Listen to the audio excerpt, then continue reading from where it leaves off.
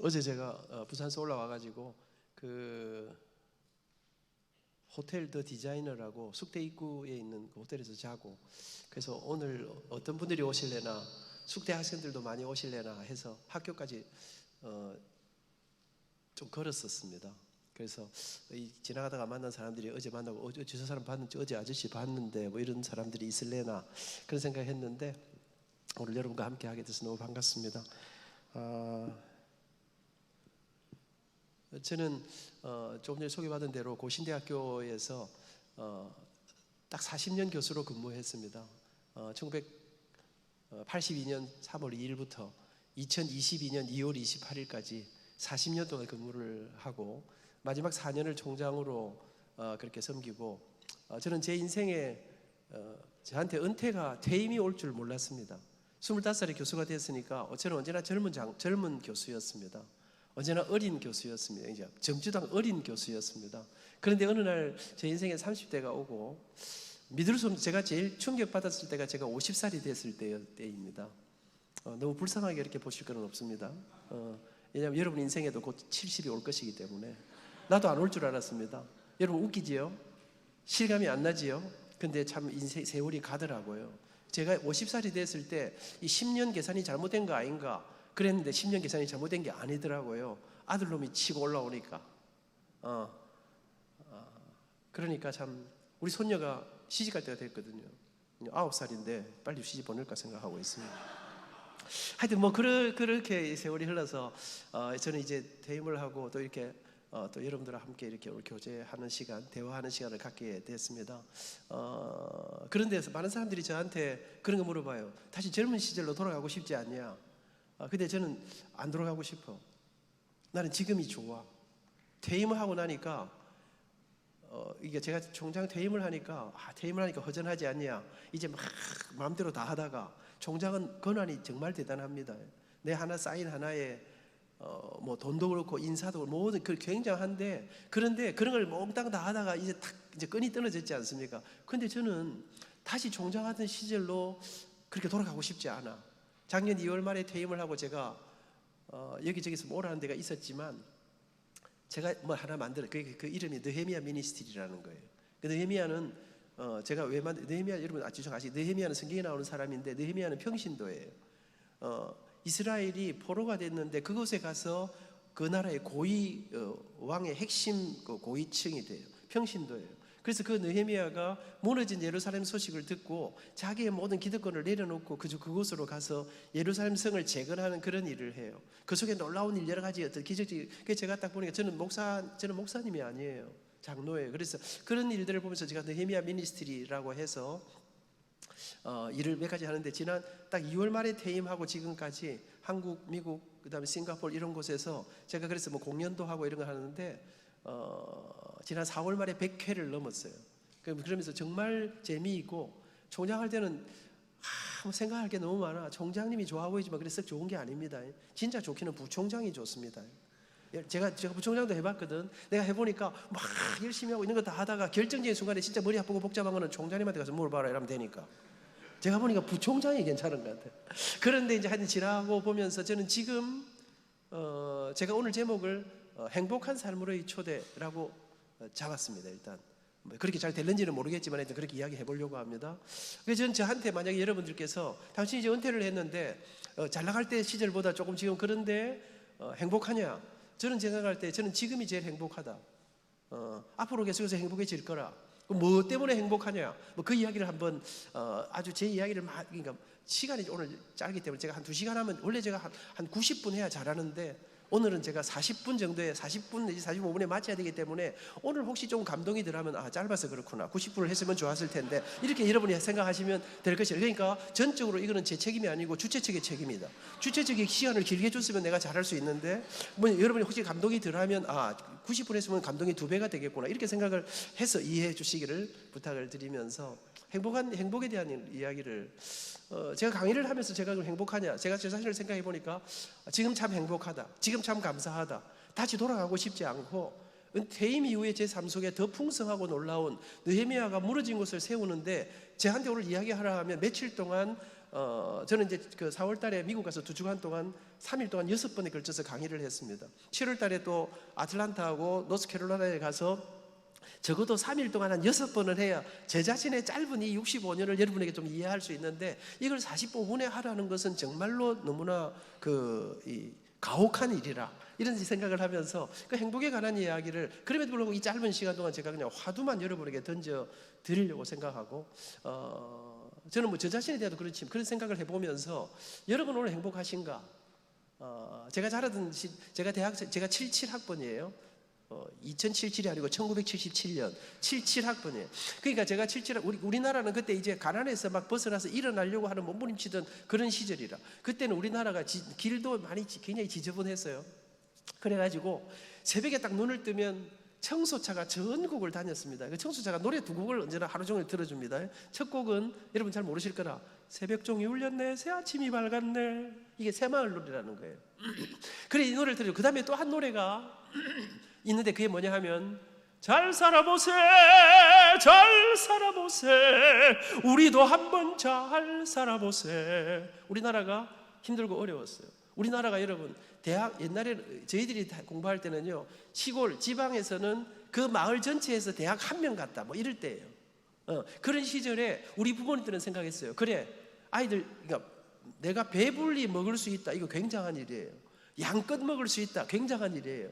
그러니까 많이 먹을 수 있다, 이건 대단한 일이. 그런 시절에 우리 부모님들의 꿈이 뭐냐 하면, 그래, 아이들 제대로 먹이고 제대로 입히고 제대로 공부시킬 수 있다면, 내 아이 대학만 보낼 수 있다면 그때는 좋은 날이 안 오겠나. 그게 뭐냐, 돈이 없던 시절이니까 부자가 되기를 원했어요. 부자가 되면 좋은 날이 올 거라고 생각했어요. 그런데 여러분, 제가 보니까요, 노래를 어떤 노래 부르냐, 참, 저는 음악가 교수입니다. 저는 생기기는 조금 촌스럽게 생겼어도 제가 이래봬도 음악과 성악과 교수를 했습니다. 40년 동안. 제가 듣기로는 저함께도 이 예술계 계통 학생들이 굉장히 많다고 들었습니다.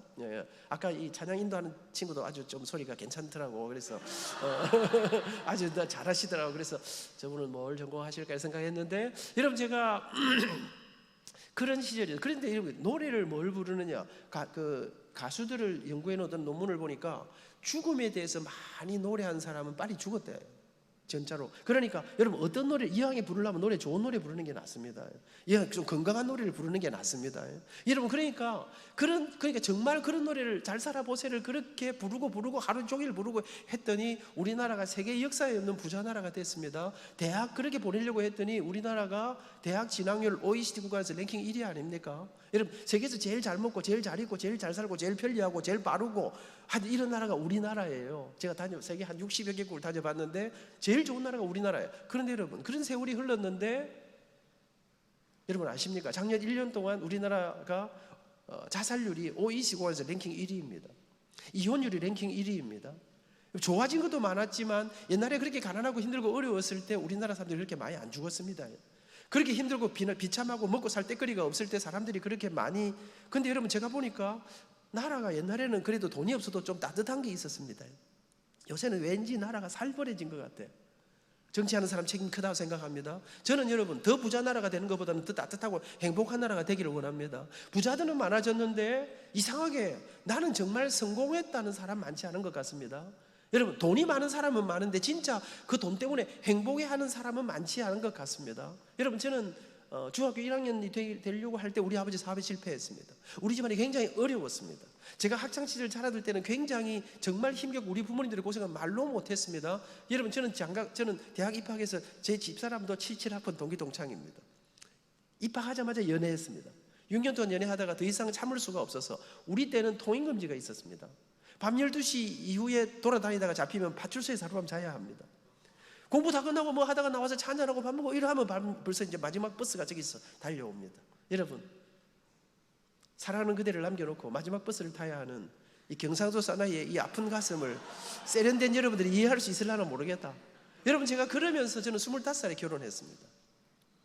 25살에, 지금 생각하니까 22살쯤 했으면 더 좋았을 뻔했는데, 제가 우리 아들한테 그럽니다. 성은아, 아버지는 25에 결혼했는데 25 결혼하면 놀라운 세상이 생긴단다. 그러니까 근데 아버지가 조금 더 빨리 했으면 더 좋았을 낀데 빨리 결혼하라. 빨리 하면 놀라운 일이 생긴다. 그랬더니 큰 놈은 뭐 하고 이래 하고 30살에 결혼하고, 작은 놈은 뭐 잔소리 말이 많더라고 조건이. 그래서 니 그래가 장가 못 간다 임마.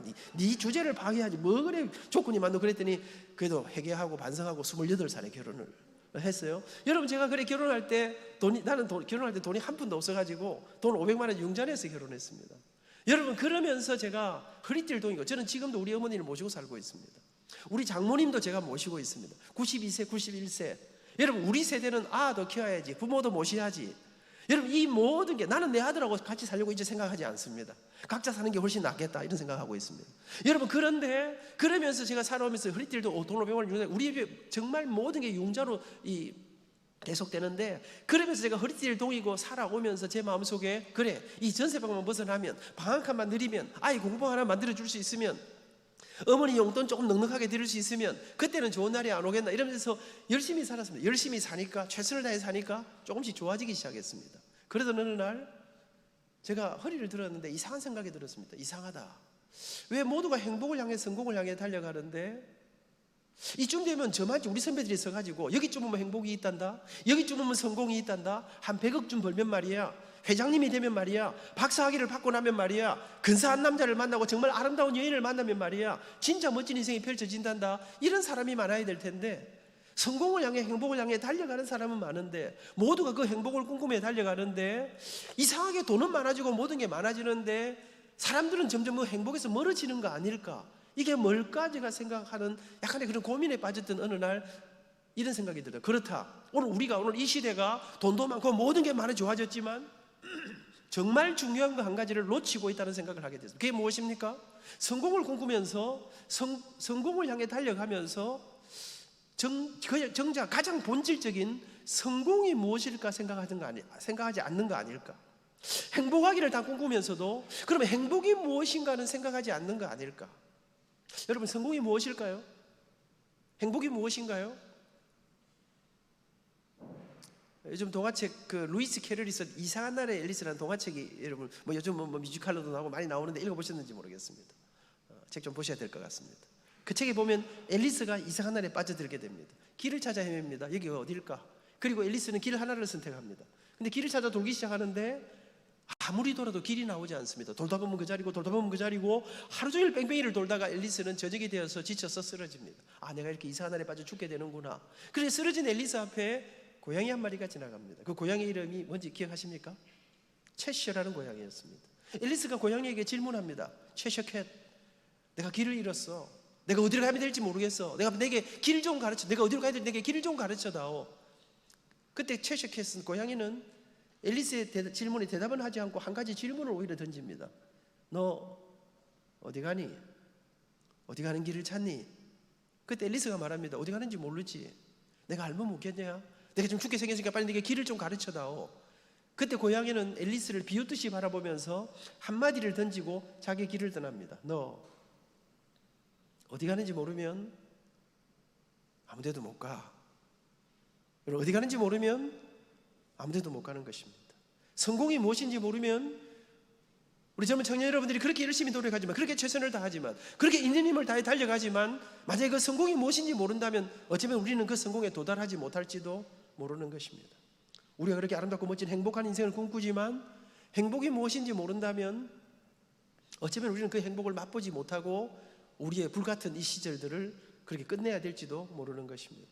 우리는 어디를 향해 그렇게 열심히 달려가고 있습니까? 여러분, 저는 조금 전에 소개한 대로 저는 40년 동안 노래하고 지휘하고 음악에서 평생을 밥을 먹고 살았습니다. 평생 이 직업으로 살았습니다. 근데 여러분, 저는 제가 노래하고 음악하고 예술을 해가지고 살게 될 줄은 꿈에도 생각 못했습니다. 왜? 지금 이 시절하고 너무나, 제가 자라던 시절에는, 우리가 자라던 어린 시절은 남자가 노래하는 거, 미안합니다, 여자가 노래하는 거는 그래도 좀 봐줬습니다. 남자가 노래하는 거 참 불쌍하게 생각했습니다.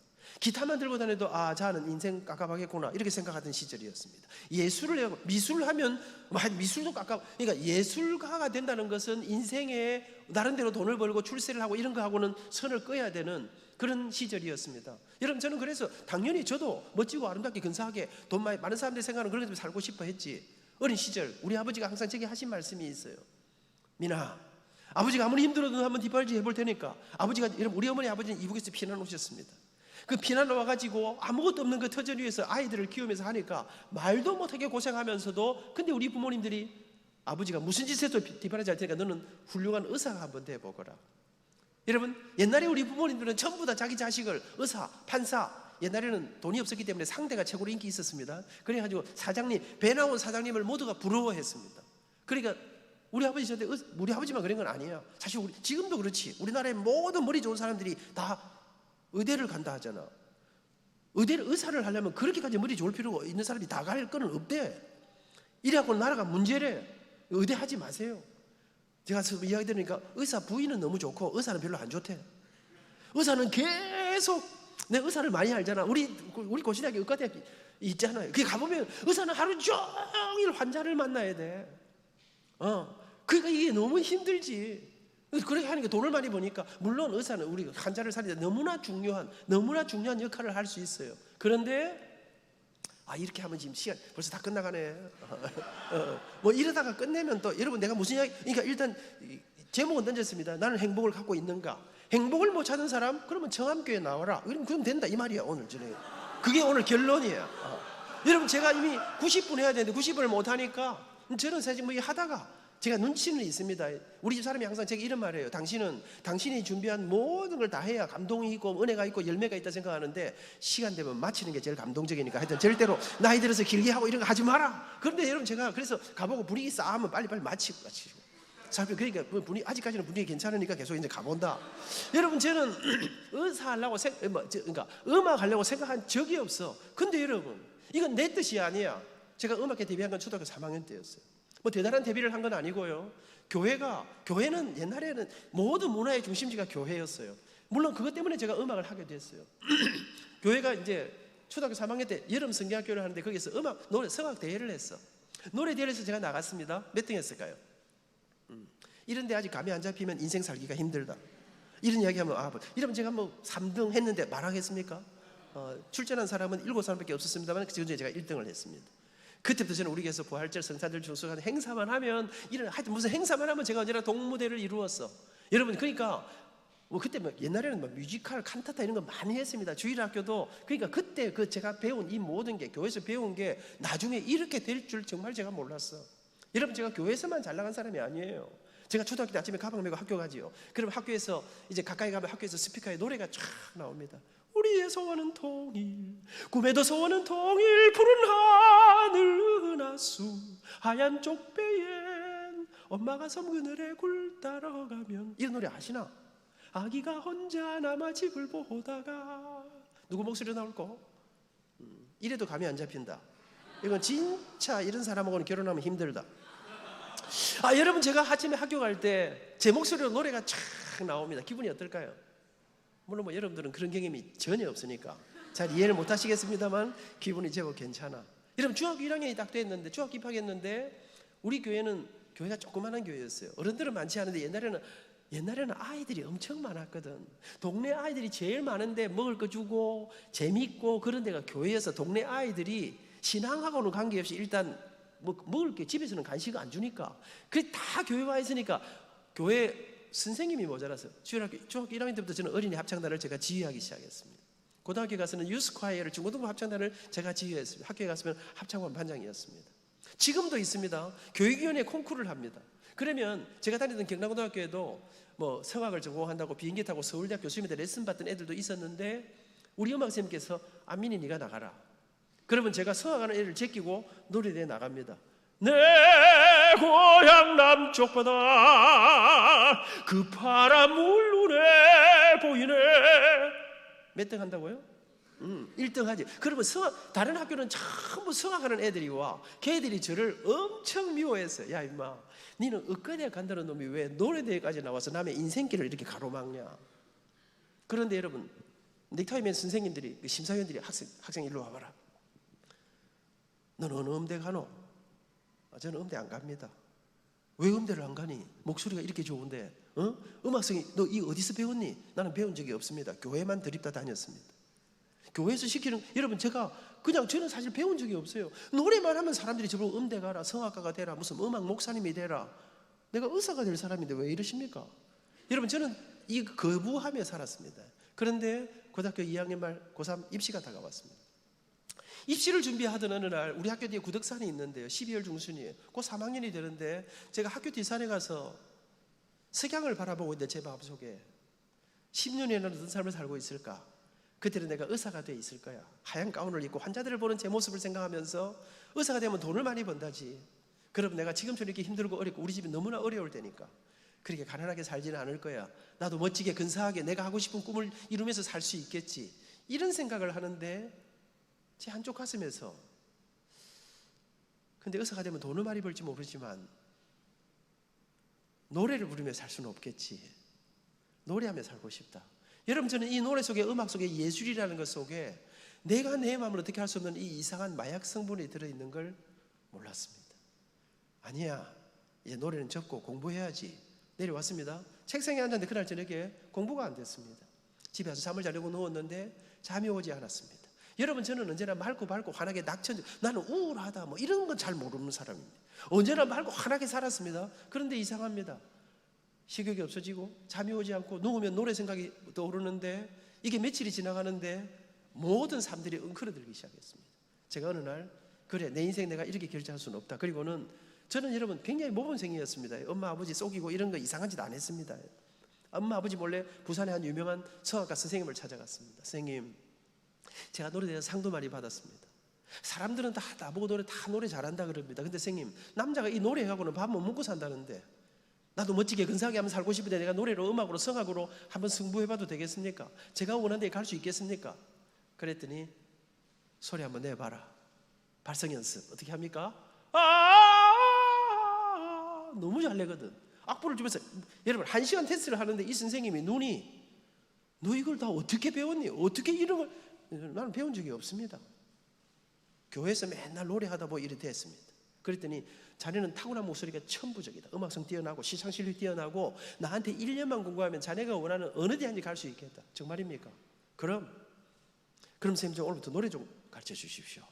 저도 그럼 성악으로 한번 승부해 보겠습니다. 그랬더니 노래는 다음 주부터 하고 빨리 가서 어머니를 모시고 오너라. 선생님, 노래는 제가 하는데 엄마가 왜 필요합니까? 엄마도 노래를 잘 불러야 됩니까? 물어보니까 그건 아니고, 미안하지만 노래는 공짜로 가르치는 게 아니고 돈을 내야 가르칠 수 있다는 거예요. 근데 여러분, 제가 간이 덜컹대려 앉았습니다. 왜요? 우리 아버지 사업에 실패하고 방색한 넓은 집에 살던 우리 식구들이, 우리 가족이 집 다 날리고 조그만 방 한 칸에 6식구가 칼잠을 자고, 엄마 아버지는 그렇게 우아하게 사시던 분들이 말도 못하는 고생을 하고, 어머니는 봉제 공장의 시다로 아무것도 할 줄 모르니까 새벽같이 나가서 밤낮 늦게 들어오시곤 하는 그런 상황 속에, 아버지는 일도 하나 못하는, 우리 아버지는 몸이 약했어요. 공부를 많이 하시고 글을 잘 쓰시는데 집에서 모질도 우리 엄마가 다 했는데 아버지는 그 몸으로 길이 없자 노동판에 나가서 노동을 하셨어요. 제가, 선생님, 레슨비가 얼마입니까? 레슨비는 1시간에 5,000원이고 일주일에 2번이고 한 달에 8번에서 한 달에 4만 원이다. 여러분, 지금 돈 4만 원이 얼마 안 되지 않습니까? 그런데 제가 대학 입학할 때 첫 학기 등록금이 10만 8,200원인가 그랬습니다. 그러니까 지금부터 46년 전, 여러분의 어머니 아버지가, 그러니까 여러분은 안 태어났지 아직. 그러니까 46년 전이, 그렇지, 어머니 아버지 연세하고 비슷한. 여러분, 제가 그 말씀을 듣고 나왔는데 그날부터 더 깊은 고민 속에 돈 4만 원 어떻게 구할까? 우리 엄마 아버지는 과연 내 노래하는 거 허락해 주실까? 레슨은 하게 해 주실까? 몇 날을 고민하다가 어느 날 제가 비장한 각오를 하고 밤늦게 들어오신 아버지 앞에 무릎 꿇고 앉았습니다. 아버지, 제가 노래대학 상 많이 받은 거 아시죠? 이번에 어떤 선생님한테 테스트 받았더니 제 목소리 이거 죽인다 하던데, 아버지, 아버지 말씀 어겨 죄송한데요, 저 의과대학 말고 음악대학 가고 싶습니다. 근데 아버지, 노래를 하려 하면 레슨을 받는데 레슨비가 한 달에 4만 원인데 1년만 밀어주시면 대학 가서는 제가 돈 벌어서 공부할게요. 저 노래하게, 음대 가게. 근데 아버지 안색이 이상해지기 시작했습니다. 너 지금 무슨 소리 하고 있니? 노래? 사내 자식이 노래해서 인간구실 할 수 있니? 밥이나 먹고 사니? 너 엄마 아버지 고생하는 거 안 보니? 너 하나 바라보고 엄마 아버지가 온갖 고생을 다 하는데 네가 지금 노래, 음대 뭐라 그랬어? 레슨? 그게 뭐 하는 기고? 아버지 일주일에 2번, 한 달에 1번, 한 번 5천 4만 원인데 1년만 딱 밀어주시면 한참 설명하는데 제 눈에 불이 번쩍했습니다. 뭐 성령님이 임하신 게 아니었습니다. 우리 아버지 주먹이 날라왔습니다. 그렇게 우리 집안에 3차 대전이 시작되었습니다. 여러분 두드려 맞고 누웠는데요, 아이고 안 되겠구나, 포기해야 되겠다 이런 생각 안 들고, 저는 나는 마약을 안 해봤습니다. 그런데 마약 맞은 사람들이 왜 그걸 못 끊을까? 약간은 이해할 것 같아. 여러분 이 한 번, 그런데 그렇게 두드려 맞았는데 내일 또 한 번 붙어봐야 되겠다. 저녁마다 여러분, 저는 아버지한테 맞아본 적 없습니다. 착하고 모험적이고 공부 잘하고 교회 잘 다니고 아버지 말씀을 거역하지 않는 아이가 갑자기 획 돌아가지고 노래하겠다 하니까 이게 주먹으로 날라왔습니다. 근데 3일 저녁을 집안을 뒤집고도 뭐 해결은 날 기미가, 제가 그래서 그 밤 깊은 밤에 제가 새벽같이 일어나서 제가 엄마를 붙잡고, 출근하는 엄마를 붙잡고, 엄마 내 노래 안 시켜주면 어디 가서 콱 죽어 삐기다, 죽어버릴 거야, 이런 말입니다. 여러분 근데 어머니는 약한 거 아닙니까? 몇 날을 씨름하던 어머니가 안 된다 안 된다 그렇게 하시던 어머니가 어느 날, 그래 내가 보니까 심상치 않거든요. 애가 어쩌면 진짜 어디 가서 이상한 사고 칠 가능성도 있어 보이거든. 제가 그때 깨달은 거 있습니다. 협박하면 안 되는 게 없구나. 그리고 엄마는 어찌 해줄까? 어쩌면 네가 마음 잡을 수 있는 기고. 그리고 저를 붙들고 선생님을 찾아갔습니다. 레슨비는 4만 원입니다. 지금 생각하니까 그 선생님 돈을 너무 많이 받았어요. 근데 4만 원 엄청 비싼 거였어요. 유명한 분이긴 했지만. 그런데 우리 엄마가 돈이 없어요. 길이 없어요. 아버지는 막 펄펄 난리. 그런데 엄마가 곧 돈 마련해 드리니까 내 아들 노래 가르쳐 주십시오.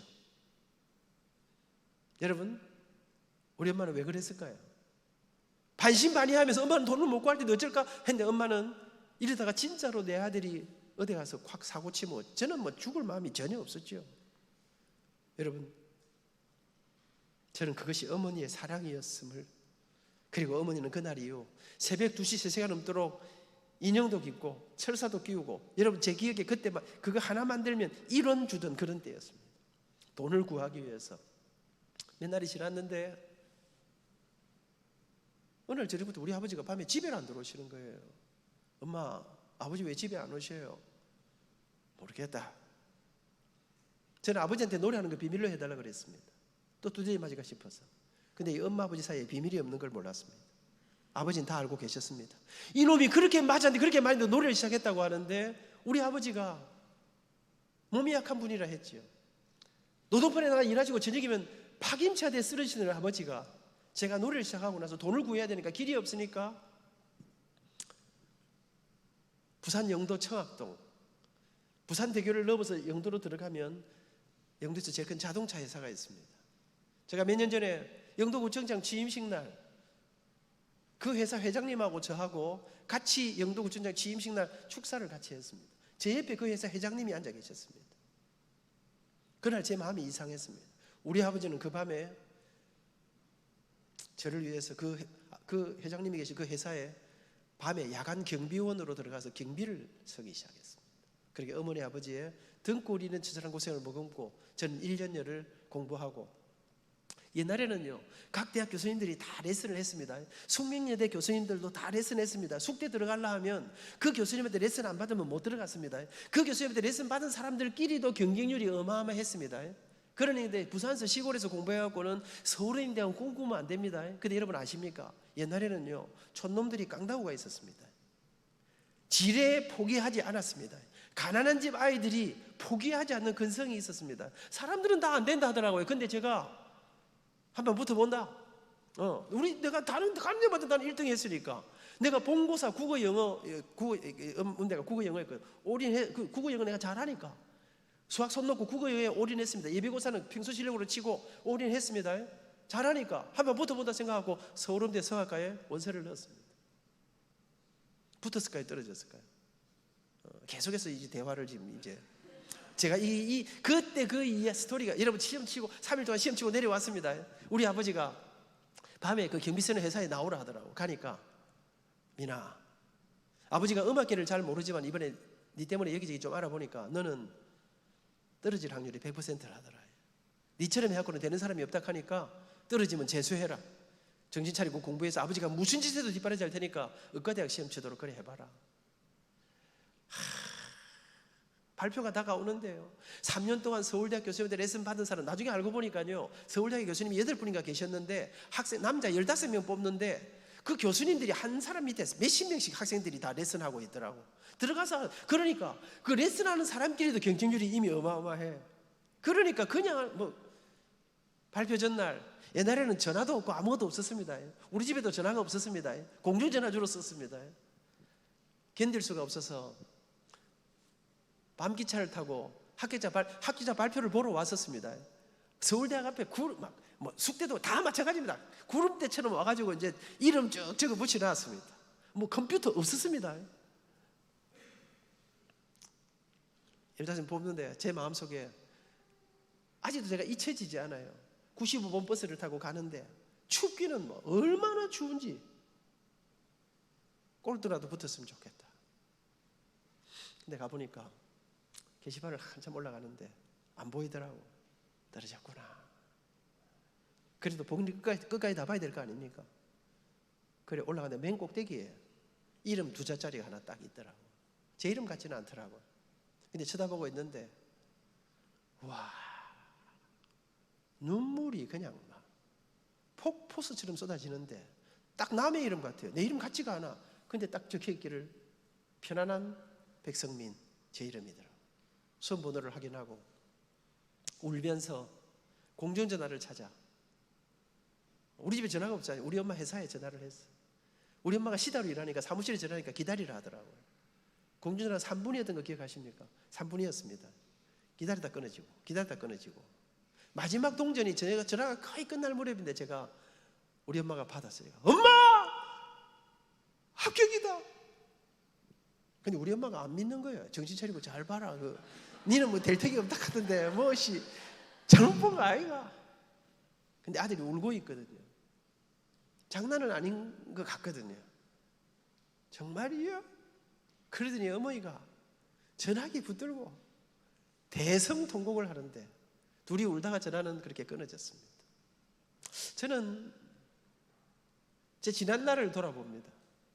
내가 어떻게 이 고비를 넘으면서 여기까지 오게 되었는가 생각하면서 어머니 아버지의 그 말로 다 할 수 없는 그 사랑들, 고생들, 입학시간 올라오는데 여러분 아들이 처음 옛날에는 서울 오기 엄청 어려웠습니다.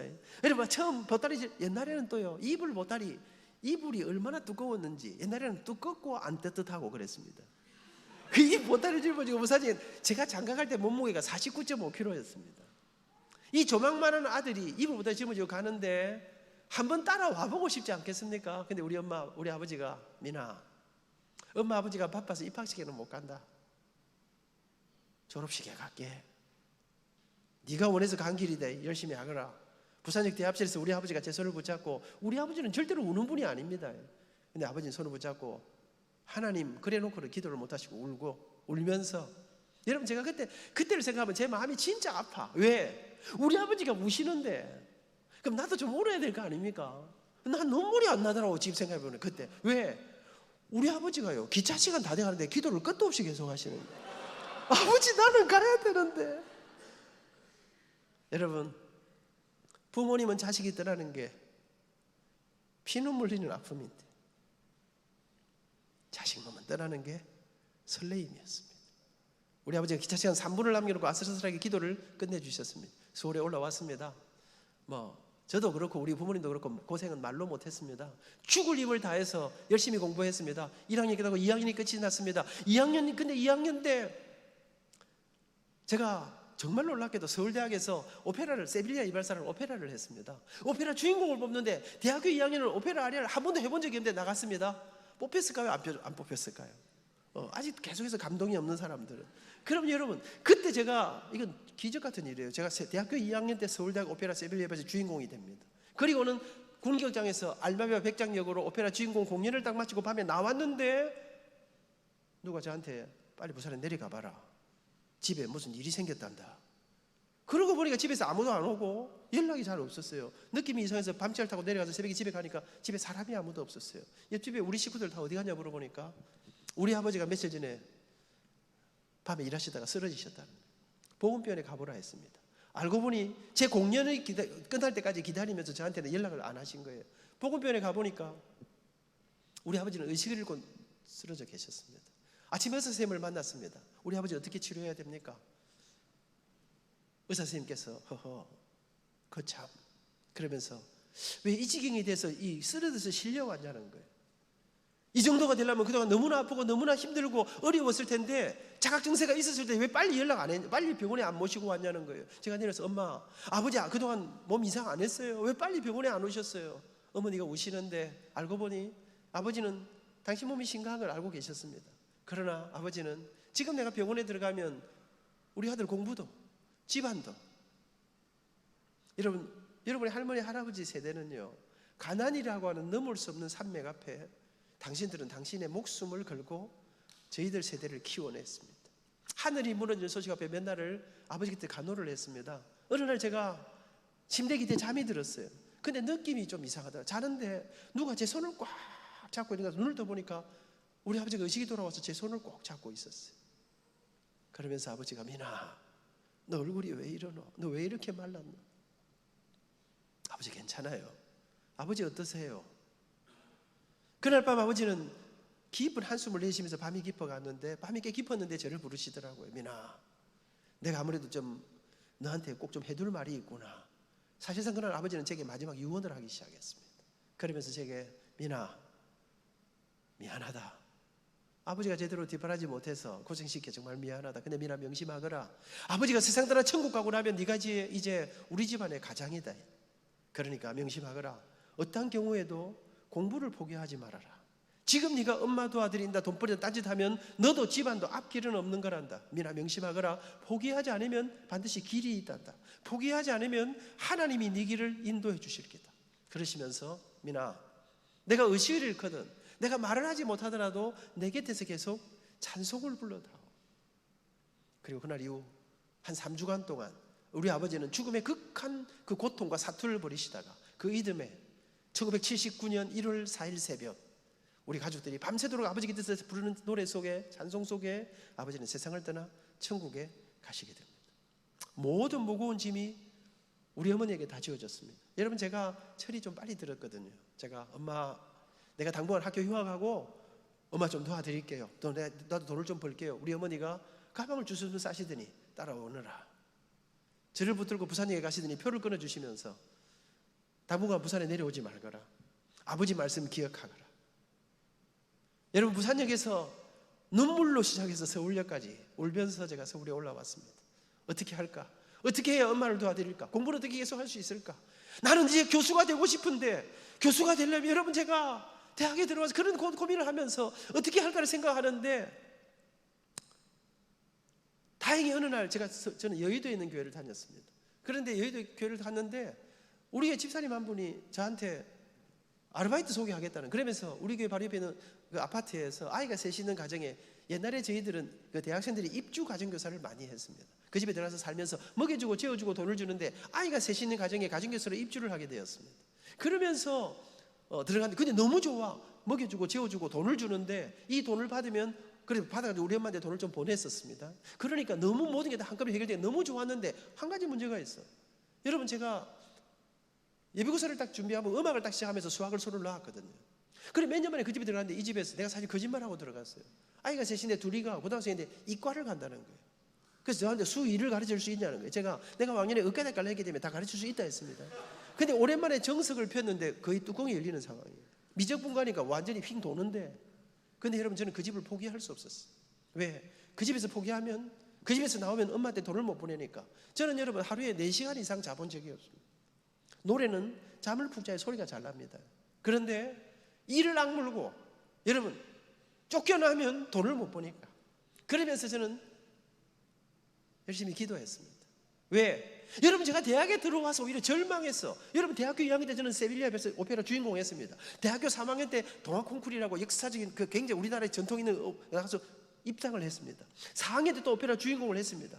여러분, 정말 매해마다 실기 1등 해가고 삽입 피아노 장학금, 영창 피아노 장학금, 여러분 언제나 잘했습니다. 그런데 내보다 노래도 못해, 내보다 공부도 안 해, 맨날 나이트클럽만 다녀. 근데 어느 날 미국으로 유학을 가더라고요. 집안이 너무 빵빵해. 어느 날 독일로, 이태리로 아이들은 유학을 가고, 저보다 나는 졸업하면 어디로 간다, 뭐 독일에 누구한테 뭐 오디션을 받았다, 저는 이래서 왔는데, 아버지 돌아가시면서 아버지가 사업하다가 실패하고 빚이 저한테로 다 물려왔어요.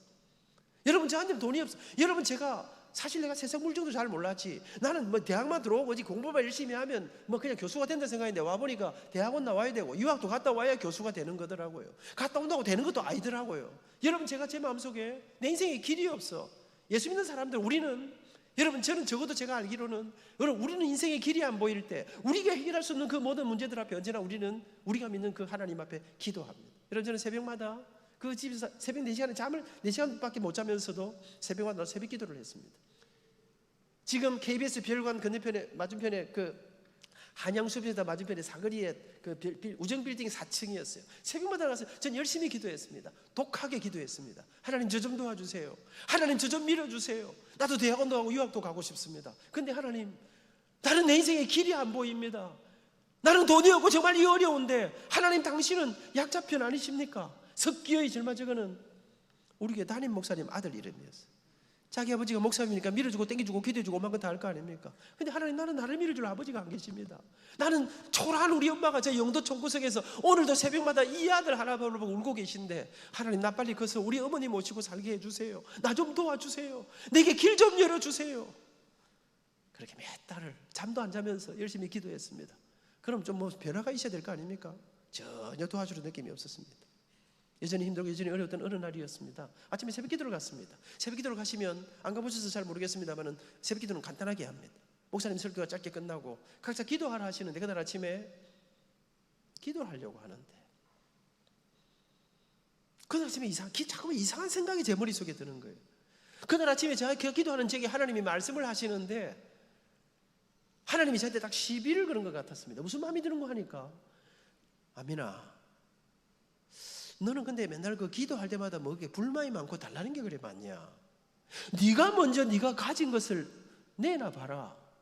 먼저 드려봐라. 그러면 하나님이 너를 밀어주니 땡겨주지 할까 아이가? 여러분, 제 한쪽 마음에 뭔가를 내놓으라 마음이 들어오는데 제 한쪽 마음에는 열불이 확 터졌어요. 하나님, 뭐가 있어야 내놓을까? 뭐 내 가난한 거 하나님 모르십니까? 그날 아침에 열받아가지고 기도 잡치고 집에 갚았습니다. 근데 그날부터 이상한 일이 나기 시작했습니다. 기도가 안 된다 이런 거 여러분 아시는가 몰라. 이거는 기도를 좀 해봐야 아는 건데, 밥 먹을 때만 이렇게 기도하고는 모르는, 할 수가 없는 건데, 여러분, 우리가 힘들고 어려워도요, 제가 신앙생활을 오래 어머니 뱃속에서부터, 저는 여러분 교회 오면요, 맨 앞자리에서 목사님 설교하시면 저는 울면서 설교를 듣는 사람이에요. 저는 지금까지 아직 한 번도, 저는 교회 와서 조는 사람 보면 참 부러워요. 어쩌면 저래 정신을 놓고 퍼질러 자고 있을까? 저는 한 번도 졸아본 적이 없어요. 그런데 언제나 또 하는데 기도가 안 되고요, 설교가 깝깝한데요. 이게 뭔 마음속에, 이게 몇 달이 가는데 사람이 태어나서 처음으로 이런 절망감, 어느 날 제 마음속에 20살도 채 안 된 아이가 무슨 마음이 드는 거 하니까, 이런 인생 이래 살아서 무슨 희망이 있겠노? 절망의 그림자가 어느 날 앉아서 있는데 생각을 하는데, 아무리 생각해도 내 인생의 길이 안 보이는데, 여러분, 이런 인생 이래 살아서 무슨 희망이 있겠노? 눈물이 흐르는데 죽겠더라. 제가 이 뒤에 우리 권사님 장로님들이 앉아 계신데, 제가 나도 모르게 막 소리를 내서 울었어요. 우리 권사님들이 와서, 안빈 선생님 왜 이러노? 무슨 일이고? 왜? 막 그런데 제가 막 울었어요. 근데 하여튼 막 그날 얼마를 울었는지, 울다가 눈을 떠보니까, 뒤돌아보니까 사람이 아무도 없더라고요. 다 가고 없어. 참 이상합디다.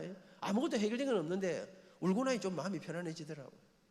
문을 닫고 이제 나갔습니다. 학교 가야 되니까 나가서 예배당 문을 잡고 나갔는데, 나가려고 하는데 갑자기 제 머릿속에, 그래, 나는 돈도 없고 아무것도 없지, 근데 왜 이러지? 왜 자꾸만 이런 마음이 들지? 하는데, 여러분 믿으실래? 안 믿을 기다. 제가 이래봬도요, 제가 어릴 때부터 그 여성들에게 상당한 인기와 관심과 주목을 받으면서 제가 자랐습니다. 사실입니다. 문제는 젊은 여자들은 제가 다리가 좀 짧으니까, 뭐 크게 안 받쳐주니까 별 감동이 없는데, 할머니들이 저를 참 좋아하셨어요. 지금도 여러분, 저는 성장하면서도 저를 가장 많이 후원해 주신 분이 전국 여전도회 우리 권사님들이. 여러분, 제가 어릴 때부터 제가 노래만 하면, 찬송만 부르면 우리 권사님들 울면서, 여의도 권사님들이 저하고 제 아내하고 연애했던 그 시절, 그 연애 이야기는 다음에 하겠습니다. 그것도 죽이는데 도움이 필요한데 오늘 이 시간이 안 돼. 여러분, 그런데 우리한테 정말로 많은 사람이, 근데 여러분, 우리를 그렇게 사랑해 주시는 이분들이 한 분, 두 분 노환으로 무릎이, 허리가 제 마음속에, 그래, 박훈사님 요새 교회를 못 나오시는데, 내가 찬양만 하면 너무 좋아하시는데, 여러분, 저는 그 시절 내 가슴 속에 있는 믿음이 뭐였냐면 나는 가난하다는 거였어요. 이게 믿음처럼 자리 잡고 있었어요. 나는 여러분, 돈도 없는 게 맨날 돈만 생각을 하니까. 여러분, 그리고 제 마음속에, 그래, 내가 우리 권사님들 찾아가서 기도해드리고 찬송 불러드리면, 저는 그때부터, 우리는 새벽부터 교회 다녔습니다. 옛날에 우리 교회가 지금 여의도에 들어가서 개척할 때니까 주일학교 교사했습니다. 11시 예배 찬양대 지휘합니다. 오후 2시부터 대학부 이렇게 모이지요. 4시쯤 끝납니다. 끝나고 나면 저녁 예배 또 있습니다. 저녁 예배 하기 전에 그 비는 시간에 집사람하고 저하고 둘이서 사람들 찾아다니기 시작했습니다. 근데 여러분, 어느 날 우리 후배 하나가, 딸 셋이다 우리 후배들인데, 어머니가 집사님인데 아버지만 교회를 안 왔는데, 이 아버지가 이 식구들을 그렇게 교회 간다고 핍박했던 분인데, 이분이 말기암으로 돌아가시게 됐어요. 지금 LA 다 가 있는데요. 가끔 LA 가서 만나는데, 여러분, 오늘 우리 후배가 막 울고 있어요. 헬레나 왜 우니 했더니 아버지가 말기암으로 돌아가시게 됐다는 거예요. 근데 이분이 어느 정도냐 하면요, 말기암으로 돌아가신다 그래서 목사님이 가셔서 기도해 주시러 가셨는데, 기도하시는 목사님에게 물컵을 던진 사람이에요. 그러니까 자기는 기독교를 거부하는. 그 제가, 헬레나, 목사님 가셨을 때 그러면 입장 곤란하지만 우리가 또 던지면 싹싹 피하다가 내면 도망오면 안 되겠나? 그래갖고 갔습니다. 가니까요, 여러분, 이미 물컵 던질 힘도 없어. 얼굴이 새카만데, 여러분, 이 뭐가 잘못해가 복수가 차가, 배 안에 물이 차가지고요, 배가 이런데 제가 딱 가보니까 죽음의 그림자가 드리워져 있었습니다. 제가 2번 찾아갔습니다. 2번째 딱 가니까 링거 힘으로 살들머니 링거를 못 꽂고 있더라고요. 여러분, 옛날에는 집에서 다 장례를 치렀습니다. 가니까 수의를 준비하고 장례치를 준비를 하고 있었습니다. 그날 제가 마지막이다 싶어서 한 말씀 드렸습니다. 어르신, 지선생님, 집에 식구들이 다 울고 있는 거 아십니까? 왜 우는지 아십니까? 이제 아버지하고 영원히 이별을 할 날이 다가왔어. 섭섭해서 울고 아니십니까? 근데 어르신, 사람이 왜 죽는지 아십니까? 죄 때문에 죽습니다. 성경은 말합니다. 죄의 삭은 사망이라. 그 누구도 우리를 죄에서, 죽음에서 우리를 다시 살려줄 사람은 아무도 없습니다. 그런데 하나님께서, 우리를 창조하신 하나님께서 우리를 그 죽음에서, 영원한 죽음에서 건져내기 위해서 당신의 아들 예수님을, 하나님이신 예수님을 이 땅에 보내시고, 그분이 십자가를 지시고 죽어주셨습니다. 그 생명의 보혈로, 그 피값으로 우리 죄값을 대신 치루어 주셨습니다. 그 예수님을 믿기만 하면, 그 예수님에게 손만 내밀면, 그 예수님에게 살려달라고만 하면 우리 예수님이 아버님의 인생을, 아버님의 영혼을 책임져 주십니다. 어르신, 예수 믿으십시오. 그래서 제가, 어르신, 저는 교회에서 노래하는 사람입니다. 근데 제가 오늘 어르신 위해서 노래 하나 하겠습니다. 그날 저 노래 2곡을 불렀습니다. 한 곡은 아버지 생각날 때, 아버지가 그리울 때, 아버지 생각하면서 부르면서 울었던 노래를, 험한 세상 나그네 길, 나의 맘이 고날 때, 사랑스런 주의 손길, 내 맘을 항상 두드리네. 오 주님, 한 곡을 부르고 나니까 이분이 깊은 한심, 인생의 온갖 회한을, 그 절절한 회한을 다 담은 마지막 죽음을 앞에 놓고 한숨을 내쉬더라고요. 제가, 어르신, 제가 오늘 앵콜송 하나 더 하겠습니다. 우리 아버지 장례를 치르고 산에 올라갔습니다. 마지막 하관 예배를 하고 나면 이제 하관을 합니다. 하고 나면 마지막 취토, 흙을 뿌립니다. 그 흙을 뿌리는 순서인데, 우리 담임 목사님께서, 지금 제 모교의 원로 목사님이신데 저한테, 안 선생아, 아버지 천국 가셨는데 찬양 하나 해라. 오늘 처음 오신 우리 청년들, 교회는 노래를 많이 부릅니다. 근데 여러분, 기쁘고 즐겁고 행사하고 예배 드릴 때 노래하는 거 이해할 수 있지요? 죽음을 앞에 놓고 땅을 치고 통곡을 해야 되는데도 교회는 노래를 부릅니다. 왜 교회는 노래를 부르는가? 그거는 다음에 가르쳐 드리겠습니다. 한꺼번에 너무 많이 알면 다칩니다. 사랑하는 여러분, 저는 우리 목사님 저한테 노래해라. 저는 우리 목사님 완전 또라이 아닌가 생각했습니다. 상주를 노래시킨다. 근데 여러분, 제가 돌아보면 이런 훌륭한 선생님들 밑에서, 그날 제가 우리 아버지 마지막 장례를 치르면서 제가 불렀던 노래를 그분 앞에서, 어르신, 이 찬양은 우리 아버지 천국 갈 때 부른 노래입니다. 예수 믿으세요. 그리고 천국 가시면 제가 연락해 놓을 테니까 아버지하고 친구하고 계세요. 그리고 제가 노래하기 시작했습니다. 나는 약한 나 그래요. 이 슬픈 세상을 가면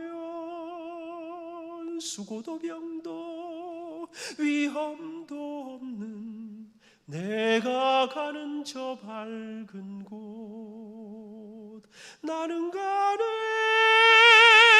내 아버지께 더 이상 방황 없는 곳, 나는 가네 십자가 앞에 주님 품에 돌아가네.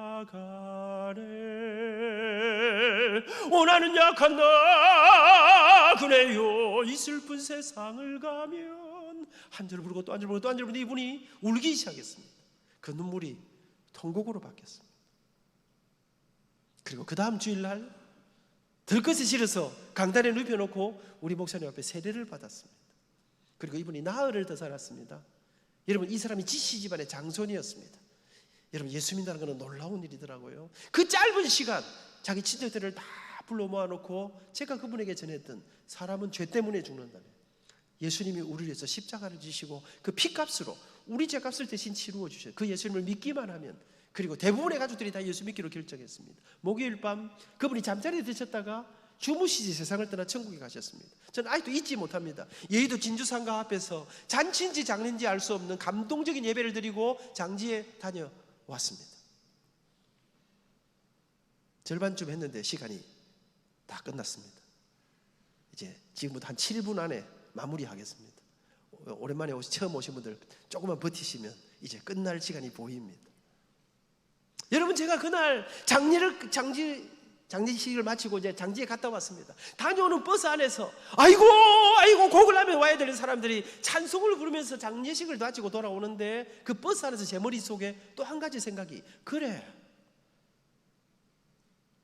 우리 교회 안에 있는 사람들 말고 이 세상 바깥에 내가 찾아가서 만나주지 않으면, 내가 찾아가서 전해주지 않으면 이 생명의 영원한 이 복음을 들을 수 없는 이 땅에 진짜로 불쌍한 사람들이 누가 없겠나 생각하는데, 어린 시절 우리 동네 어떤 사람이 밥을 얻어 들어왔어요. 동네 어르신이 돌 가지고 이 사람을 때렸어요. 피를 흘린 이 사람을 동네 바깥으로 쫓아내버렸어요. 제가 너무 놀라서, 어떻게 밥을 안 줘도 이럴 수가 있습니까? 알고 보니 그 사람은, 여러분 잘 모르실 거라, 한센병 환자라고요. 이 나병이라는 병이에요. 살이 썩는 병이에요. 저희가 학창 시절에는 이 사람들이 뭐 먹고 살 길이 없으니까 밥 얻으러 다니고 했었어요. 동네에서 쫓겨나고 집에서 쫓겨나고 다시는 고향으로 못 돌아왔어요. 살이 썩는 병이에요. 눈썹이 빠지고 심지어는 눈알이 빠지고 살찔이 막 무너져 내려요. 여러분, 제 마음속에 이 세상에 제일 불쌍한 사람은 나 환자들이다. 찾아가자. 아내와 함께 서울인사동에서 3회 공연의 음악회를 열었습니다. 표를 팔았습니다. 꽤 많은 돈을 모아서 유니폼을 준비하고 봉고차에 싣고 일주일 동안 전국에 있는 나환자촌을, 예수님의 일생을 1시간짜리 음악회로 엮어서 전국에 있는 나환자촌 투어 콘서트를 떠났습니다. 강원도부터 소록도까지 여수 애양원을 거쳐서 마지막 날 소록도라는 섬에, 제가 기억이 확실하지 않지만 약 한 1,700명의 사람들이 그날 소록도 중학교의 마룻바닥 예배당에 모여 앉았습니다. 2시간 집회가 눈물바다가 됐습니다. 여러분, 저는 절망과 좌절과 한과, 여러분, 이 저주를 하며 살지 않을까 생각했는데, 놀랍게도 그곳에는 오르간이 있고 찬양대가 있었습니다. 저는 아직도 그분들이, 여러분, 그 찬양대에 앉아서 손가락이 다 허물어진 이 사람들이 이 손으로 마룻바닥을 치면서 절망과 어두움의 노래가 아니었, 슬픔과 한의 노래가 아니었습니다. 여러분, 그곳에 우리가 찾아가기 전에 예수님이 그들 속에 먼저 찾아가 계셨습니다. 다시는 고향으로 돌아갈 수 없지만 그들은 영원한 천국을 가슴에 안고, 그들이 그때 불렀던 노래가 내 영혼의 햇빛 비치니 주 영광 찬란해, 이 세상 어떤 빛보다 이 빛 더 빛나네, 주의 영광 빛난 그 빛. 여러분, 그날 2시간 집회가 눈물바다가 되었습니다. 돌아오는데 이제 봉고차를 타고 배를 타고 나와야 되는데 전부 손을 흔드는데, 여러분, 그 돌아 나와야 되는 그 자리에 제가 차가 출발을 못해. 운전하는 분이 계속 울고 있고, 제가 그날 그 소록도 봉고차 안에서 울면서 하나님 앞에 저는 이런 기도를 합니다. 하나님, 저를 앞으로 제 일생에 나는 내가 가진 것이 없다고 생각했는데 이제 내게 있는 이 모든 이 노래와 이 부족한 이것 가지고 사람을 살리고 사람을 세우고 사람을 섬기는 이 일에 제가 가진 전부를 쏟아붓고 싶습니다. 그날 이후 아내와 함께 다 만나면 교도소로, 양로원으로, 군부대로, 소년원으로. 그리고 여러분, 대학을 졸업했습니다. 취직이 쉬웠습니다. 옛날에는 학교 그런데 저 취직하지 않고 나는 죽어도 교수가 되겠다고 대학원에 입학했습니다. 군대 갔다 왔습니다. 그랬는데 여러분, 군대 갔다 왔는데 나는 내 인생에 유학 갈 수 있겠나 했는데 어느 날 갑자기 고신대학교에서 제가 대학교 3학년 때 학생 여러분, 청년 여러분, 여러분이 어디에서 무슨 일을 하든 언제나 최선을 다하고 아무도 안 보는 것 같아도 누군가는 그것을 보고 있다. 여러분, 제가 고신대학교가 교수한 사람을 뽑는데 이상하게 우리 학교는 기독교 대학이라서 술 먹고 담배 피고 여자관계 복잡하면 안 되는데 나중에 알고 보니까 우리나라에 유력한 사람들이 인터뷰하다가 문제 생기고 하다 문제 생기고 하던 어느 날 학장님이 아침에 큐티를 하다가 몇 년 전에 노래하던 시민에서 봤던 키 조그만 아이가 떠올랐어요. 그게 저였습니다. 이름도 잘 모르는 저를 제 목요일에 연락해가지고 빨리 내려오라는 겁니다. 전임 대우로 데리고 와서 일하고 대학원 졸업하면 교수 시켜준다는 거예요. 그럼 빨리 가야 됩니까? 안 가야 됩니까? 가야지. 근데 저는 이런 자에 거절했습니다. 목사님, 우리 목요일 목사님들, 저는 앞으로 시골에는 안 내려가려고 생각하고 중앙에서 제가 한번 놀아보려고 생각하고 있습니다. 여러분, 제가 그때 당시 세계에서 제일 유명한 성악가가 파바로티였습니다. 파바로티가 너무 바쁜 것 같아서 내가 곧 나가서 내가 파바로티를 좀 도와주려고 생각하고 있었습니다. 지금은 그런 생각 하지 않고 있습니다. 여러분, 제가 그러면서 거절했는데 목사님이 하도 오래 해서 데려갔습니다. 교수가 됐습니다. 거기서 8년 되던 해, 6년 되던 해 학장님이 어느 날 저를 부르시더라고요. 안 교수, 여러분, 제가 대학원 졸업하고 교수가 됐습니다. 여러분, 저는 제 인생에 길이 없다고 생각했습니다. 유학을 못 가면 교수를 못 한다고 생각했습니다. 여러분, 저는 제 인생 65살이 되고 이제 제 지난 날을 돌아보니까 그랬구나, 내 인생에 너무나 놀라운 계획이 있었구나, 너무나 놀라운 설계도가 내 인생에 있었구나. 나는 내게 인생에 길이 없다고 울면서 기도했는데 하나님은 안민아, 너는 교수부터 먼저 하고 유학은 나중에 보내주마. 여러분, 제가 학교에서 6년이 지났는데 학교에서 인기 폭발이었습니다.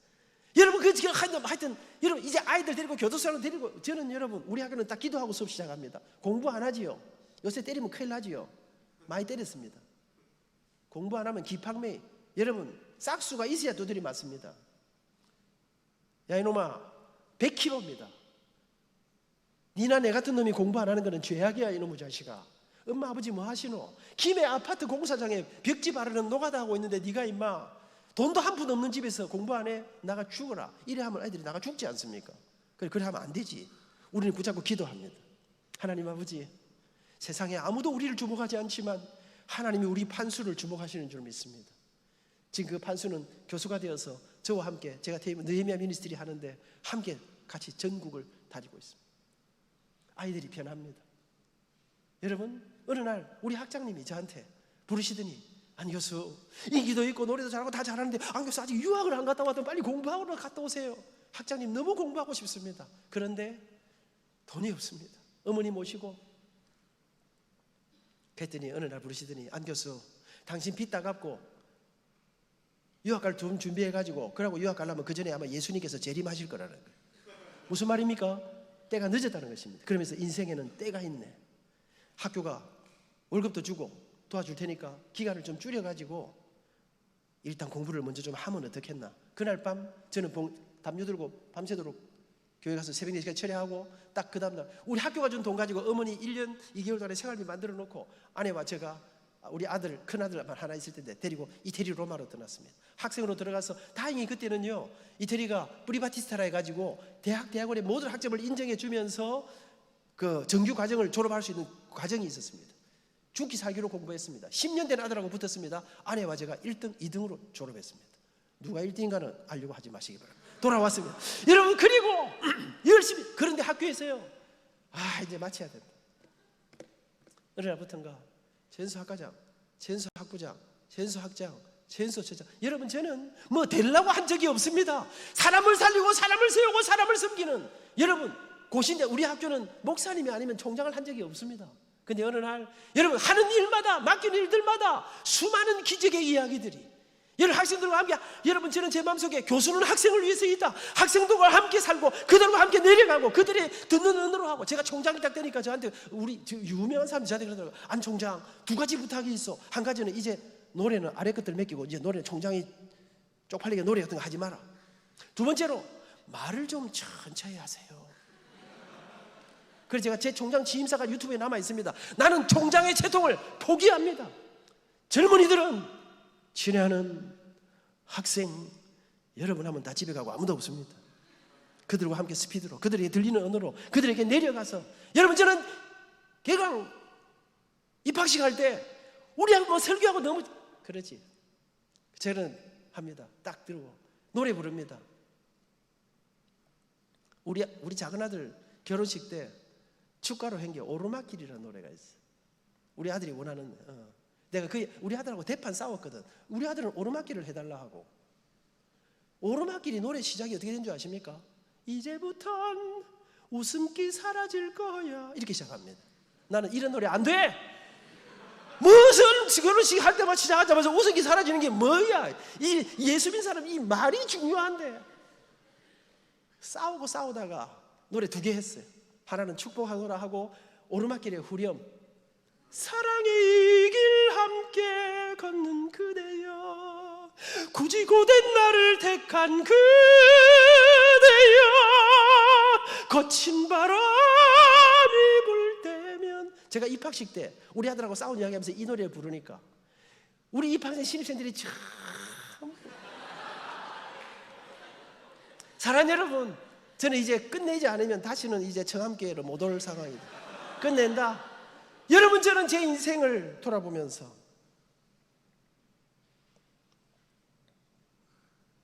그래 세월이 흘러 여러분 압도적, 여러분 저는 제 인생의 지난 날을 보니까 제자들을 위해서 그런 순간마다 사람을 살리고 사람을 세우는 이 일들을 지나 우리 어머니, 제가 우리 엄마 모시고 살고 싶었습니다. 92세 우리 어머니 지금도 모시고 살고 있습니다. 우리 집사람 고생하지. 91세 나를 그렇게 반대했던 우리 장모님 지금도 제가 모시고 살고 있습니다. 제게 두 아들이 있습니다. 두 며느리가 있습니다. 두 손주가 있습니다. 우리 아이들이 아빠, 엄마 멋지다. 왜? 니는 BMW 좋아하는데 나는 맨날 중고차 타고 다니는데. 여러분, 어느 날 규장이라는 출판사에서 제 이야기를 책으로 쓰자 해서 책으로 썼습니다. 5년 동안 거절하다가 그 출판사에서 제 책 제목에다가 행복 콘서트를. 당신의 이야기는, 저는 돈이 많지 않습니다. 저는 교회와 함께, 저는 제 인생을 돌아보니까 그 주님이 나를 부르시고, 아미나 너는 가난하지 않다. 그때 그 젊음의 고뇌 속에 그분이 제게 주신 말씀이 오늘 읽었던 본문, 그런즉 너희는 먼저 그의 나라와 그의 의를 구하라. 그의 나라가 무엇입니까? 하나님의 나라가 무엇입니까? 하나님이 통치하시는, 하나님이 다스리시고 부름받은 우리는 그 주님이 시키시는 그 주님의 인도하심을 따라 여러분 저를 부르시고 이끄시고 더하신 이 놀라운 은혜, 그 길을 향해 걸어가고 지금도 그렇게 걸어가고 여러분 가난하고 힘들고 어려운 곳에 놀라운 부의 역사를 일으키는 그 일들, 그런 말씀을 맺습니다. 예수님 안에 그 길이 있습니다. 교회 안에 그 놀랍고 신비로운 길이 있습니다. 그 행복한 그 길을 여러분과 함께, 이 젊은 여러분과 함께 걸어가고 싶어, 그분을 소개해드리고 싶어 오늘 여러분을 이곳에 모셨습니다. 그 행복으로 아름다운 그 길들, 이 땅에 우리 인간의 한계를 넘어서는 하나님의 놀랍고 위대한 십자가의 사랑으로 우리를 다시 살리시고 영혼을 향한 그 길을 향해 함께 가지 않으시겠습니까? 젊은 날 우리의 인생의 그 길을 향해 나아갈 때, 여러분 제가 한 가지 질문만 하고 마치겠습니다. 이게 좀 충격적인데요. 여러분, 무엇이 되는가는 사실은 어쩌면 그렇게 중요하지 않을지 모르겠습니다. 사실은 어마어마하게 뭔가 됐지만 실패한 인생들은 너무 많거든요. 우리의 영혼을 향한 진정한 이 삶의 본질을 회복하지 않으면, 제가 퀴즈를 하나 내겠습니다. 24살에 과거 문과에 급제하고 관리가 되었습니다. 그 사람은, 이 사람이 누구일까요? 하는 것입니다. 고종의 초계를 받으며 관직에 진출한 지 3년 만에 정삼품에 올랐습니다. 당시 세자인 순종의 스승이 되었습니다. 그가 30살이 되었을 때 주미공사 외교관이 되었습니다. 명성황후가 시해당했을 때 고종을 러시아 대사관으로 피신해 국정을 보게 한 아간 파천을 주도했습니다. 1896년 2월 독립협회를 결성해 참가하여 위원장으로 선출되었고 1898년에 2월에 그는 독립협회 회장으로 비선되어 7월까지 활동했습니다. 그는 독립협회에 100원이라는 당시의 돈으로 어마어마한 거액을 기부하여 독립문을 세우는 데 앞장섰습니다. 나는 누구일까요? 누굴까요? 역사에 약하십니까? 독립협회를 세우고 그 사람의 이름은 우리나라를 한일합방에 팔아먹었던 이완용이라는 사람입니다. 그가 처음부터 나라를 배신한 게 아니었습니다. 어마어마한 굉장히 영민하고 탁월한 사람이었습니다. 여러분 암살이라는 영화 아십니까? 이정재가 맨 마지막에 여러분 그렇게 독립군 유사들을 마지막에 죽이고 그가 마지막에 발각이 되고 죽을 때 그가 한 말이 있습니다. 독립될 줄 몰랐지. 영원히 우리나라가 일본의 밑바닥에 있을 줄 알았지. 알았으면 내가 그래 했겠어? 사랑하는 여러분, 인생이 무엇인지를 알면, 행복이 무엇인지를 알면, 영원히 생명이 무엇인지를 알지 못하면 교회가, 예수 그리스도가 여러분의 인생을 영원으로 이 땅의 진정한 행복으로 그 행복을 향해 손을 내미는 복된 날이 될 수 있기를 축복합니다.